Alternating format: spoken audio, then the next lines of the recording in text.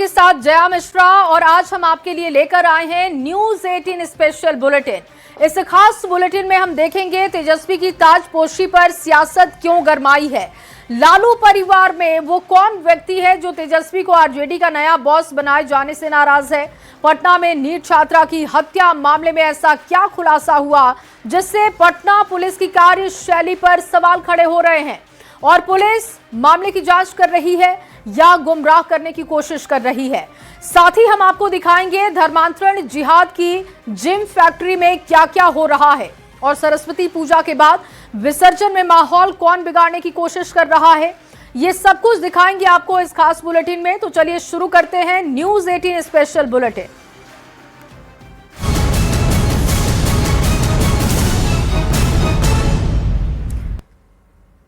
और बुलेटिन में सबसे पहले बात तेजस्वी की ताजपोशी की होगी।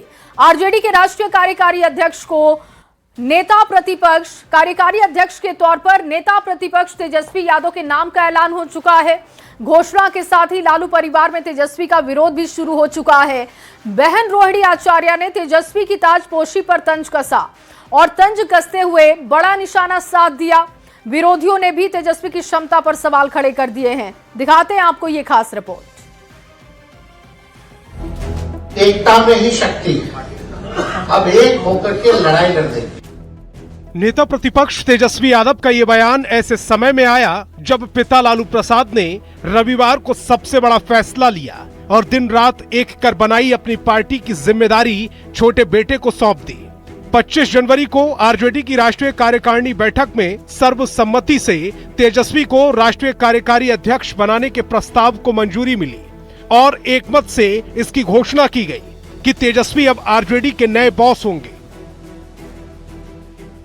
जो जिम्मेवारी मिली है ऐसे वक्त पे मिली है जो कठिन है, कांटों का रास्ता है, अपनों को जोड़ते हुए मुकाम तक पहुंचना है। आरजेडी के भविष्य की रणनीति को लेकर लालू का ये फैसला बेहद अहम माना जा रहा है, लेकिन परिवार में ही इसके खिलाफ आवाज उठने लगी है। तेजस्वी को सियासी सिरमौर घोषित करने के विरोध में बहन रोहिणी आचार्य ने मोर्चा खोल दिया। रोहिणी ने सोशल मीडिया पर तंज कसा कि ठकुर सुहाती यानी चापलूसी करने वाले और गिरोह एक घुसपैठ के हाथों की कठपुतली बने शहजादे को ताजपोशी मुबारक हो। एक ओर रोहिणी ने खुलकर अपना गुस्सा जाहिर किया तो दूसरी ओर मीसा भारती तेजस्वी के बचाव में उतरी और ये दावा किया कि आरजेडी को नए सिरे से खड़ा करने के लिए तेजस्वी का नजरिया साफ है। और एक कार्यकारी अध्यक्ष मिलेंगे और दोनों लोग के मार्गदर्शन में बहुत अच्छा कार्य करेगी। संगठन पे तेजस्वी ने भाषण दिया, कहा कि संगठन को और मजबूत करना है। एक बहन साथ तो दूसरी खिलाफ। रोहिणी का आरोप है कि लालू की सालों की मेहनत पर पानी फेर दिया गया। तेजस्वी की ताजपोशी कर पिता के गौरवशाली पारी पर आखिरी पर्दा गिरा दिया गया। तेजस्वी की ताजपोशी पर जेडीयू कहां चुप रहने वाली थी। जेडीयू ने तंज कसा है, ये ट्विटर बाबू कौन लायक है, हम समझ ही नहीं पाते हैं। ये ट्विटर बबुआ कौन लायक है हम समझ ही नहीं पाते हैं। न पढ़ने से मतलब है, न लिखने से मतलब है, न समझने से मतलब है। और तेजस्वी जी ने कहा है कि हम जो लालू जी का त्याग है, संघर्ष है, विचारधारा है, उसको आगे लेके जाएंगे। एक तरफ कुआं तो दूसरी तरफ खाई। तेजस्वी की ताजपोशी ऐसे समय पर हुई जब पार्टी की हाल ही में बिहार चुनाव में करारी हार हुई और परिवार भी बिखर गया। ऐसे में राजनीतिक विरोधियों के वार और करारी हार को कैसे संभालेंगे तेजस्वी, सबकी नजर इस पर ही होगी। पटना संवाददाता अमित कुमार के साथ ब्यूरो रिपोर्ट, न्यूज 18। और अब बात पटना की बहुचर्चित नीट स्टूडेंट मर्डर केस की भी करते हैं। देखिए, फॉरेंसिक रिपोर्ट में ऐसे ऐसे खुलासे हुए जो पटना पुलिस की कार्यशैली पर गंभीर सवाल खड़े कर रहे हैं। छात्रा के कपड़े पर स्पर्म मिलने के बाद ये दावा किया गया है और ये दावा और मजबूत हो चुका है कि छात्रा के साथ गलत हुआ था। यौन हिंसा जैसे घिनौनी करतूत से इनकार नहीं किया जा सकता और ऐसे में सवाल अब पटना पुलिस पर भी है। पुलिस अब तक जांच को लेकर गुमराह क्यों कर रही थी, ये सवाल उठाए जा रहे हैं। दिखाते हैं आपको इसी पर खास रिपोर्ट। नीट छात्रा का मर्डर केस, सामने आया बड़ा अपडेट। कपड़ों पर मिला मेल स्पर्म, छात्रा के साथ घिनौना काम, फॉरेंसिक रिपोर्ट में आया सच, पटना पुलिस पर गहराया शक।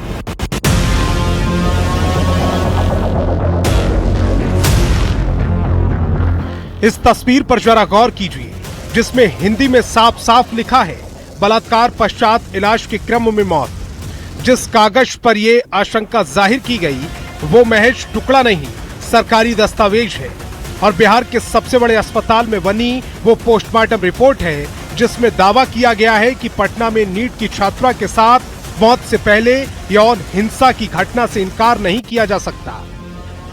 उसके शरीर और प्राइवेट पार्ट पर गहरे जख्म के निशान वो सब कुछ बयां करने को काफी हैं जो वो मरने से पहले खुद नहीं बता सकी, लेकिन वो सारी आशंकाएं अब सच साबित हो रही हैं।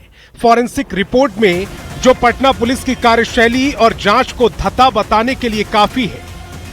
फॉरेंसिक रिपोर्ट के दावे सुनकर आपके होश फाख्ता हो जाएंगे।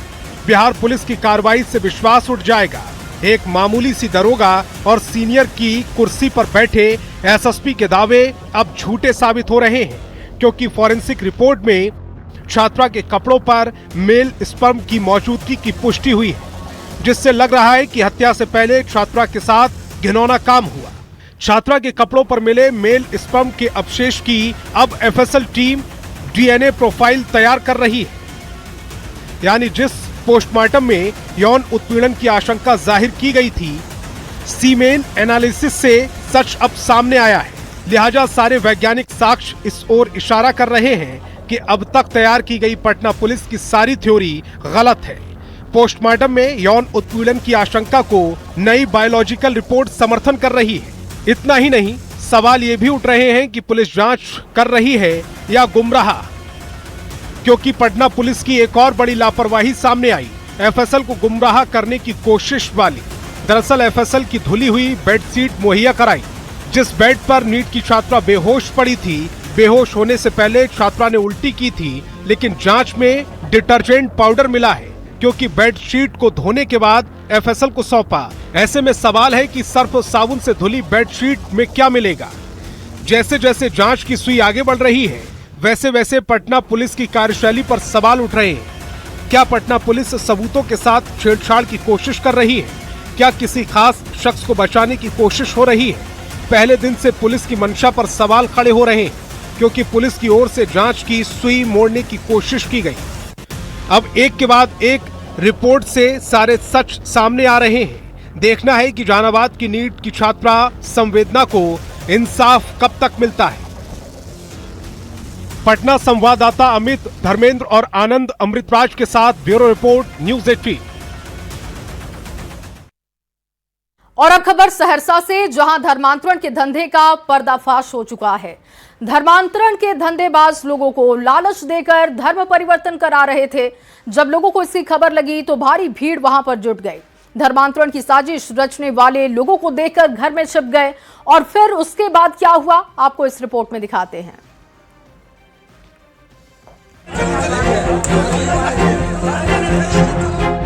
घर के बाहर भीड़ इकट्ठा है। धर्मांतरण के धंधेबाज इसी घर में छिपे हैं। लोगों का गुस्सा बढ़ता जा रहा है। ये तस्वीरें हैं सहरसा सदर थाना क्षेत्र के पासवान टोला की, जहां धर्म परिवर्तन का खुला खेल चल रहा था। गरीबों को पैसे का लालच देकर उन्हें धर्म परिवर्तन कराया जा रहा था। उन्हें विश्वास के मकड़ जाल में फंसाकर सनातन धर्म छोड़ ईसाई धर्म अपनाने को कहा जा रहा था। जैसे ही इस बात की खबर गांव के लोगों को लगी, लोगों की भीड़ इकट्ठा हो गई। धर्मांतरण के धंधे का पर्दाफाश हो गया।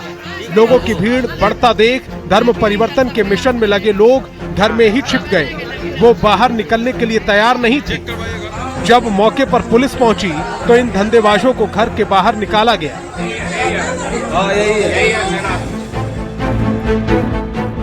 जब ये बाहर निकले तो इनके बैग से तेल, पानी और बाइबल की किताब निकली।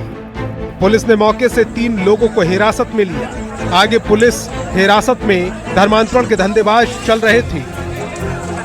पीछे पीछे लोगों का हुजूम। ये लोग किस तरह से प्रलोभन देकर धर्मांतरण की साजिश में लगे थे, लोगों से ही सुनिए। मैं तो देखा कि यहाँ पे कुछ लोग बैठ करके हुलुलुया कर रहे हैं और लोगों को धर्म परिवर्तन के लिए प्रेरित कर रहे हैं। मैं रुका, उन लोगों से पूछा कि आप लोग ये क्या कर रहे हैं, तो तुरंत जातिवाद पे आकर के मुझे गाली गलौज करने लगे। बाइबल लेकर के आए थे यहाँ पे चर्च चलाने के लिए, किताब से पढ़वा रहा था और मुंह से बोल बोल के कुछ उन लोगों को रिपीट करवा रहा था और हाथ से ऐसे इशारा कर रहा था। वो हुलुलुलिया कुछ कर रहे थे। सहरसा में धर्मांतरण के धंधेबाज दबोच लिए गए, लेकिन सहरसा से आई इन तस्वीरों पर भी गौर कीजिए जो सबको सन्न कर देंगे। बिहार में धर्मांतरण का धंधा कैसे चल रहा है ये तस्वीरें बताने के लिए काफी है। भोले भाले गरीबों को पैसे का लालच देकर, बीमारी दूर करने का झांसा देकर धर्मांतरण की साजिश में लगे इन लोगों को पहचानिए। ये लोग मिशन मोड में काम करते हैं, लोगों का ब्रेन वॉश करते हैं और अपने मकसद में कामयाब हो जाते हैं। बड़ा सवाल है कि धर्मांतरण के धंधे पर कब लगाम लगेगी। धर्म परिवर्तन की साजिश का पता पुलिस को क्यों नहीं लगता। न्यूज़ 18 के लिए सहरसा से अभिनव कुमार सिंह की रिपोर्ट। और वहीं यूपी के मिर्जापुर में जिम धर्मांतरण केस का मास्टरमाइंड फरार आरोपी इमरान खान दिल्ली एयरपोर्ट से गिरफ्तार कर लिया गया। इमरान दुबई भागने की फिराक में था। पुलिस ने उसके खिलाफ पहले ही लुकआउट नोटिस जारी कर रखा था और अब पुलिस उसे लेकर मिर्जापुर पहुंच चुकी है, जहां उससे पूछताछ की जाएगी और जिम जिहाद के नेटवर्क में और कौन कौन लोग शामिल हैं इसकी जानकारी जुटाई जाएगी। दिखाते हैं आपको ये report.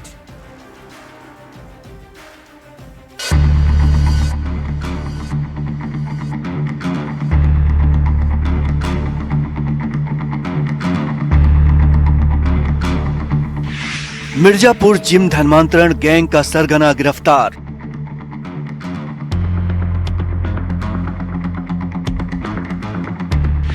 Mastermind Imran Khan Delhi airport से अरेस्ट।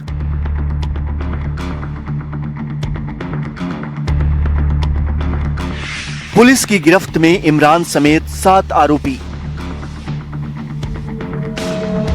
25,000 का इनामी। मिर्जापुर जिम धर्मांतरण केस का मास्टरमाइंड फरार आरोपी इमरान खान दिल्ली एयरपोर्ट से गिरफ्तार कर लिया गया है।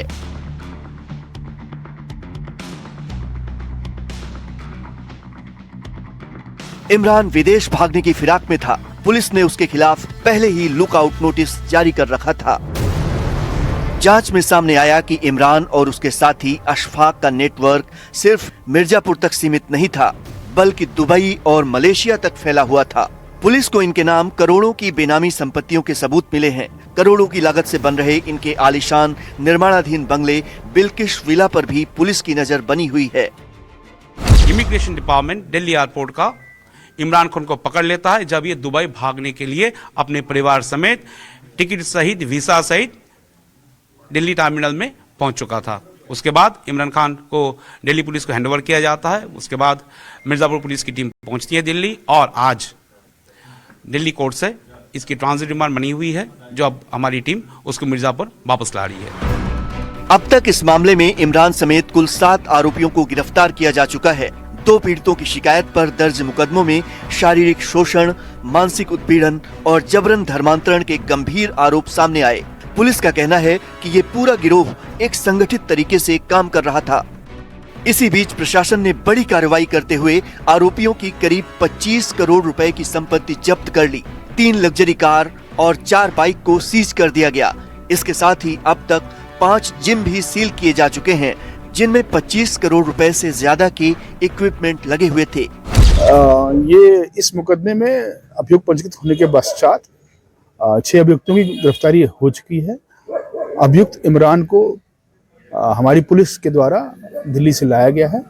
गहनता से उससे पूछताछ हो रही है और ये ट्रांजिट रिमांड पे यहाँ लाया गया है।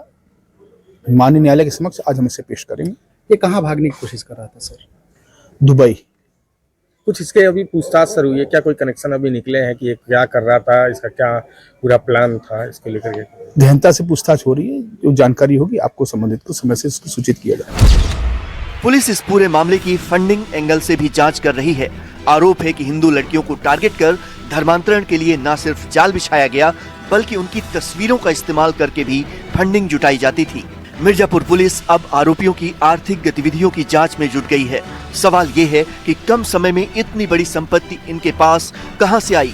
पुलिस को किसी बड़े नेटवर्क या बाहरी फंडिंग की आशंका है। इसलिए आरोपियों के बैंक खातों, लेन देन और संदिग्ध संपर्कों की बारीकी से जांच की जा रही है।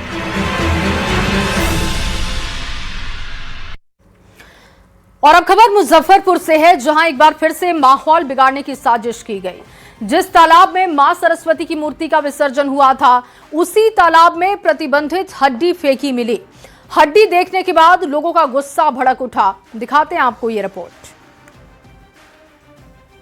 मुजफ्फरपुर में कौन बिगाड़ रहा माहौल? मूर्ति विसर्जन स्थल पर हड्डी क्यों फेंकी? भावना भड़काने की किसने की साजिश? पोखर के पास लोगों की भारी भीड़। पुलिस भी तालाब के किनारे बारीकी से एक एक चीज का मुआयना कर रही है। आप सोच रहे होंगे कि तालाब किनारे आखिर चल क्या रहा है। दरअसल इस तालाब में एक दिन पहले ही मां सरस्वती की मूर्ति विसर्जन किया गया था। ठीक एक दिन बाद यहां तालाब में प्रतिबंधित हड्डी फेंकी हुई मिली। हड्डी देख लोग भड़क उठे। तालाब किनारे लोगों की भीड़ जुट गई। लोगों का कहना है कि कुछ अज्ञात लोग ऐसा बार बार कर रहे हैं। धार्मिक भावनाओं को ठेस पहुंचाया जा रहा है। अब इसे बर्दाश्त नहीं किया जाएगा।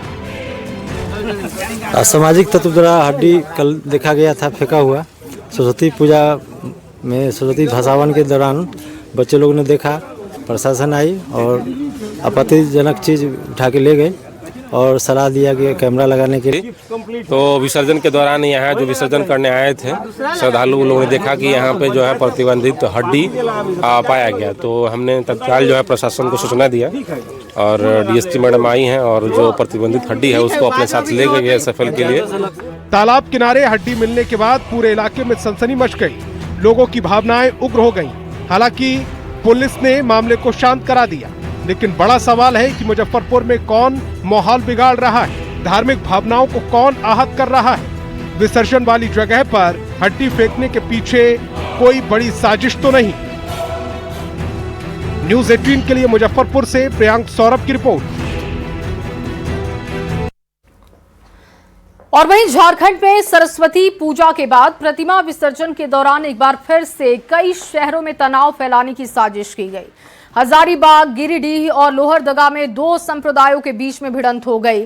पुलिस ने हालात को काबू में किया, लेकिन अभी भी तनाव है। हालांकि माहौल शांत है और इस बीच बड़ा सवाल उठता है कि आखिर कौन है जो झारखंड में अमन चैन के माहौल को बिगाड़ने की कोशिश में है।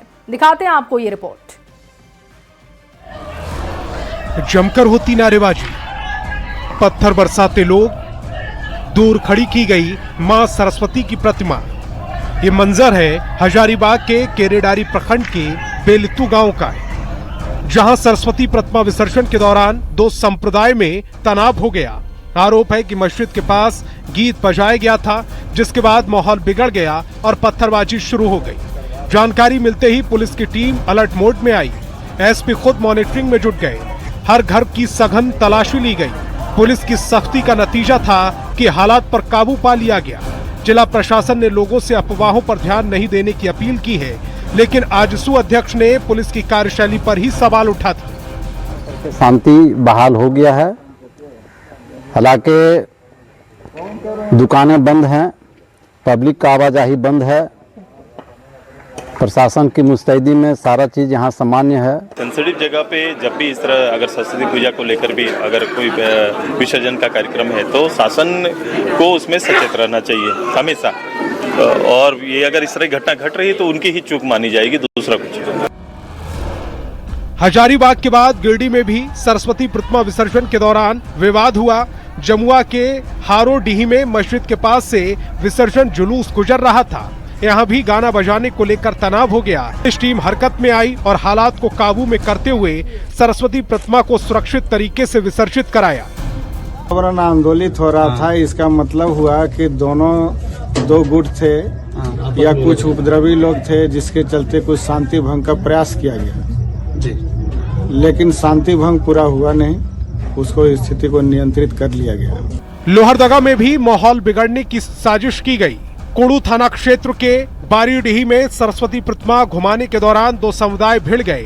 गाड़ी खड़ी करने को लेकर शुरू हुए विवाद रविवार को हिंसक रूप ले लिया। जमकर पथराव और तोड़फोड़ हुई, जिसमें कई लोग घायल हो गए। पूरा गांव पुलिस छावनी में तब्दील हो गया और हालात को काबू करने के लिए भारी संख्या में पुलिस बल तैनात है। जब कल मूर्ति विसर्जन जा रही थी उस समय उस दौरान दोनों समुदाय में विवाद हुआ, जिसके बाद यह विवाद बढ़ता चला गया और आज यह विवाद इतनी बढ़ गई कि विवाद में हिंसक झड़प हुई, पथराव हुई और दोनों समुदाय के एक दूसरे पक्ष में मारपीट हुई, जिससे दोनों समुदाय के लोग करीब आधा दर्जन घायल बताए जा रहे हैं। 3 लोगों को रिम्स रेफर किया गया है, 2 लोगों का इलाज सदर अस्पताल में चल रहा है। हर पर्व त्योहार में साजिश रची जाती है सामाजिक सद्भाव के माहौल को बिगाड़ने की।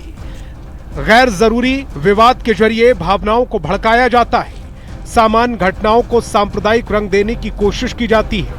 पुलिस अलर्ट मोड में है, लेकिन जरूरत है आम जनता को भी सतर्क रहने की, ताकि सामाजिक समरसता के माहौल को कोई तोड़ न सके। न्यूज़ 18 के लिए हजारीबाग से सुशांत सोनी, गिरडी से एजाज अहमद और लोहरदगा से आकाश साहू के साथ रांची से संजय कुमार सिन्हा की रिपोर्ट।